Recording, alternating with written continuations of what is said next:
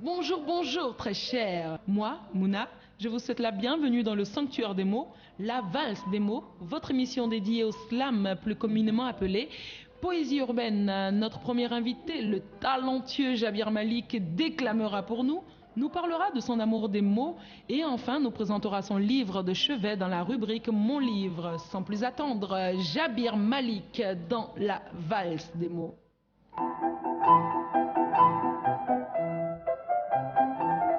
Si la parole est bien un don de Dieu, dire des bonnes choses devrait être la façon de le remercier le mieux.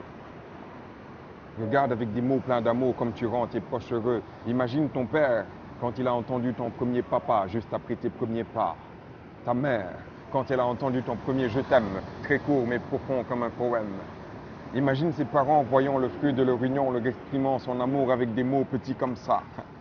Bien sûr, t'as tout gâté après avec tes pipis, non, caca, tes je veux ci, non, je veux pas ça. Mais bon, il faut dire qu'au début, non, pas trop le choix. Tout ce qui sort de ta bouche est source de joie.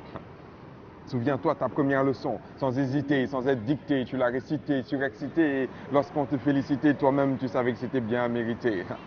Je me souviens encore des larmes de joie que ma mère a versées lorsque je lui ai récité mes premiers versets. Ces mêmes larmes que beaucoup de mères versèrent lorsqu'on leur a chanté leur premier joyeux anniversaire. Je revois mon père, super fier quand il me voyait jouer mon rôle de grand frère, expliquant ma petite sœur quoi faire. Heureusement qu'il ne nous a pas entendu parler à faire. Oui, parce que pour ma petite sœur, les pièces de monnaie, c'était des gros morceaux de fer, et moi j'ajoutais que plus ils étaient gros, plus ils étaient chers. Vous l'avez tous fait, mes frères, si. Je me souviens de mon premier « Veux-tu sortir avec moi ?» J'avais la foi et je croyais que dans son cœur, j'allais être le seul roi, mais quand elle m'a répondu « Sortir pour aller où ?» J'ai vite compris que l'amour avait un coût et qu'il pouvait être très cher et qu'il pouvait nous rendre fous, nous rendre sans le sou, provoquer un profond dégoût. Heureusement, avec le temps, j'ai rattrapé le coup. Heureusement, avec le temps, j'ai rattrapé le coup. Oui, parce que j'ai compris que les gens n'avaient pas forcément les mêmes goûts, que certains mots qui pouvaient être si banals, pour d'autres pouvaient être si doux. Alors je me souviens de mes premiers mensonges. Alors je me souviens de mes premiers mensonges. Alors je me souviens de mes premiers mensonges. Alors je me souviens de mes premiers mensonges. Je t'aimerai jusqu'à ce que l'eau se sépare de l'éponge. Si ton amour a faim alors qu'il me ronge. C'est vrai, je suis noir, mais pour toi je rougirai. Tel un lion, je rugirai sur tout le toit que sur notre amour j'ai juré que sur notre amour je mourrai. Sur notre amour j'ai juré que sur notre amour je mourrai. Si ton cœur était un loto, je jouerai, je rejouerai. Certes, à un moment je me ruinerai, mais forcément à la fin je gagnerai. Tout ceci n'était même pas vrai. Tout ceci n'était même pas vrai. Alors je me souviens de mes premiers remords. Quand tu sais que tu as tort, mais tu étais la matador, mais comme si on t'avait jeté un sort, elle revient encore, et telles des petites bêtes dans ton corps, elle te dévore.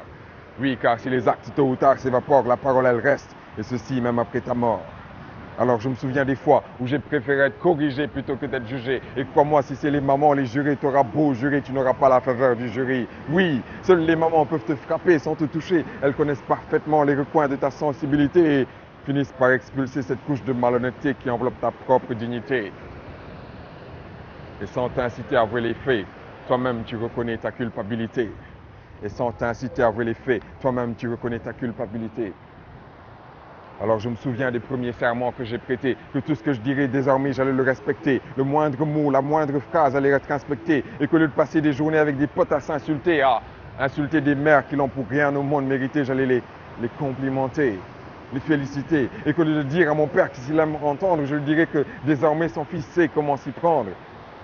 Et qu'au lieu de dire au gosse de ma rue, tiens, prends une taf, je lui dirais fais gaffe, si tu touches à la drogue, tu finiras comme grand taf, toxico, aigri et sans le taf.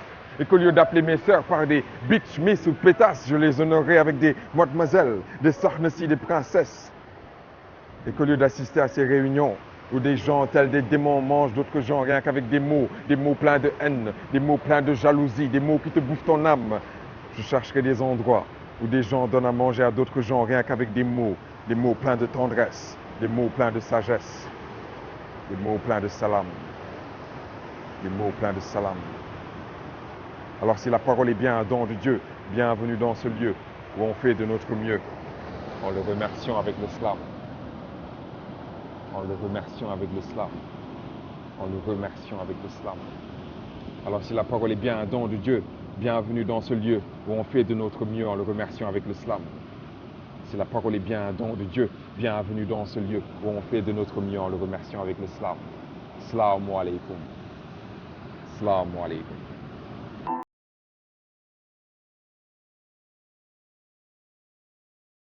Pour les mots, c'est depuis tout petit. J'aimais bien raconter des blagues et j'étais fort pour ça, tu vois. Mais il y a toujours eu cette envie de réécrire des blagues et tout. Et cette envie est restée. Qu'est-ce que le slam a apporté dans ma vie? Tout d'abord des amis, des connaissances. Parce qu'à travers le slam aussi, j'ai rencontré beaucoup de gens qui avaient la même passion, des mots, tu vois, d'écrire, l'écriture. Et aussi beaucoup de... Comment je peux dire ça? Beaucoup d'ouverture, tu vois. Moi-même, je me suis beaucoup plus ouvert aux gens. Parce qu'en écrivant, tu donnes une partie de toi aussi, tu vois.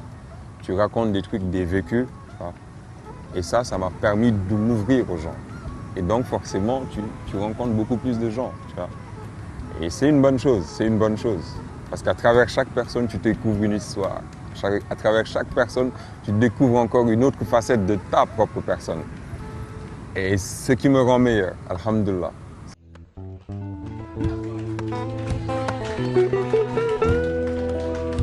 Assalamu alaikum.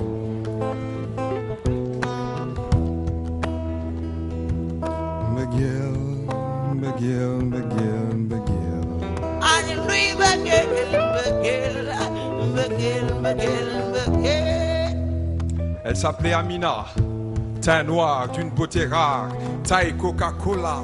Partout où elle passe, ses supporters font la hola. Lui c'est Pablo, grand blond, les yeux pas bleus ni verts. Bref, entre les deux, entre eux, il n'a suffi que d'un seul regard pour que ça prenne feu. Aujourd'hui, lui ne fait que ce que sa reine veut, pendant qu'elle ne vit que pour son bonheur. Les gens essayent de faire cette distinction entre le slam et le rap, mais au fond, il n'y a aucune différence. C'est juste une écriture déclamée sans rythme, une écriture déclamée avec rythme. C'est pourquoi on parle de rap, rhythm and poetry en anglais. Rhythm and poetry. Nous, on a choisi de juste montrer plus de poetry. Alors que les rappeurs, c'est de la poésie et du rythme, quoi, tu vois. Moi, quand je slam, je suis sûr que mes parents peuvent écouter du slam. Et écouter et capter le message. Alors que quand je leur mets du rap, automatiquement, ils disent « Malik, tu déranges. Est-ce que tu peux diminuer le son ?» tu vois. Donc là, le slam a un avantage par rapport au rap. Moi, je connais des endroits où tu mets de la musique rap, automatiquement, tu dis « éteins ». C'est des gens dangereux, c'est des gens qui vont amener la violence, c'est des gens qui vont foutre le dawa, tu vois. Alors que le slam, tu peux le passer n'importe où, ça passe. Mais nous tous, on sait qu'on a été bercés par le hip-hop. On a été bercés par le hip-hop. Non, c'est clair, Adolf Hitler n'a pas connu l'amour. Sinon, il saurait que l'amour n'a pas de couleur. Non, l'amour n'a pas de couleur. Non, l'amour n'a pas de couleur. Marcos, lui, est brésilien. T'as un basané, physiquement, il a le matos. Plutôt beau gosse. Dans son cœur, tu trouveras Ronaldinho, Neymar et le FC Santos. Mais par-dessus tout, tu trouveras la délicieuse Sheba. Fille d'Éthiopie, vrais cheveux naturels, style nappy. Sourire d'ange qui rend les gens autour d'elle happy. Non, Marcos ne savait pas que ce matin-là, en descendant à l'aéroport d'Addis Abeba, qu'il rencontrerait la femme de sa vie, Sheba. Certains te diront que c'est du pur hasard. D'autres te diront simplement, l'amour n'a pas besoin de visa. Au début, c'était une passion. Au début, comme bien sûr, tout le monde, c'était une passion. Et aujourd'hui, c'est devenu une profession, malgré nous. Parce qu'on nous appelle à jouer dans des concerts, voilà, c'est payant, on commence à avoir un gain dans ce que tu fais, tu vois. Et on ne vit pas que d'eau fraîche aussi. Si Senghor était toujours vivant, le collectif Vendredi Slam, on nous donnerait une résidence où on pourrait écrire en paix et créer des poésies et avoir beaucoup de khalis. Ça, j'aimerais le dire.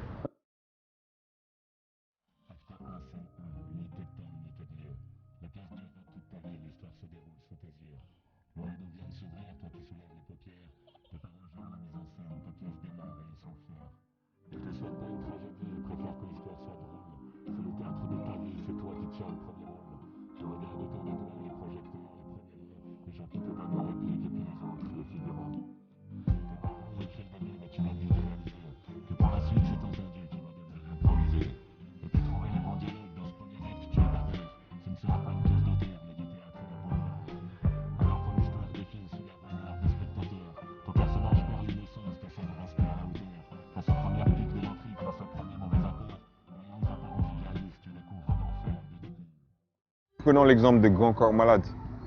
Il est venu récemment à Dakar, mais il a fait un big concert et c'était super plein, tu vois. Le gars, aujourd'hui, il a réussi dans ce qu'il fait parce que le slam fait partie de l'industrie musicale aussi, il ne faut pas oublier ça. Avec son slam, aujourd'hui, Grand Corps Malade, on peut dire qu'il a réussi, tu vois. Aujourd'hui, on ne peut pas prétendre atteindre ce statut-là, mais on va dire que c'est là qu'on veut aller et je pense que c'est possible. Non, l'amour n'a pas besoin de visa. L'amour n'a pas besoin de visa. Vise un peu Issa, musulman, croit en Allah. Ne rate jamais ses prières, mashallah. Mais ce qu'il n'oublie surtout pas à chaque raka, c'est de prier pour que sa famille accepte sa belle Erika. Et oui, car celle avec qui depuis tout petit il traîne, celle qui a su effacer ses peines est chrétienne. Et peu importe ce que les gens retiennent, lui a déjà choisi sa reine.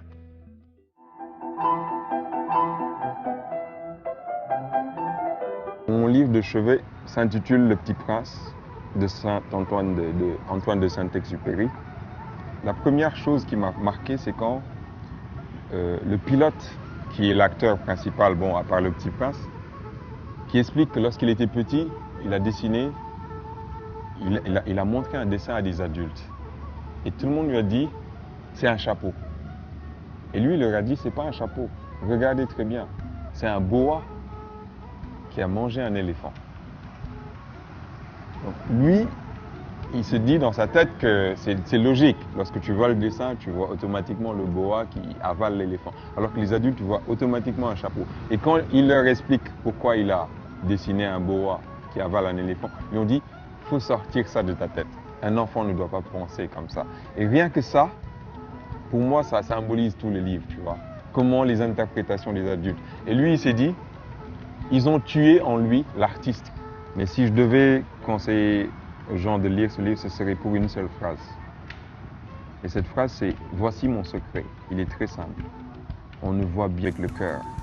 L'essentiel est invisible pour les yeux.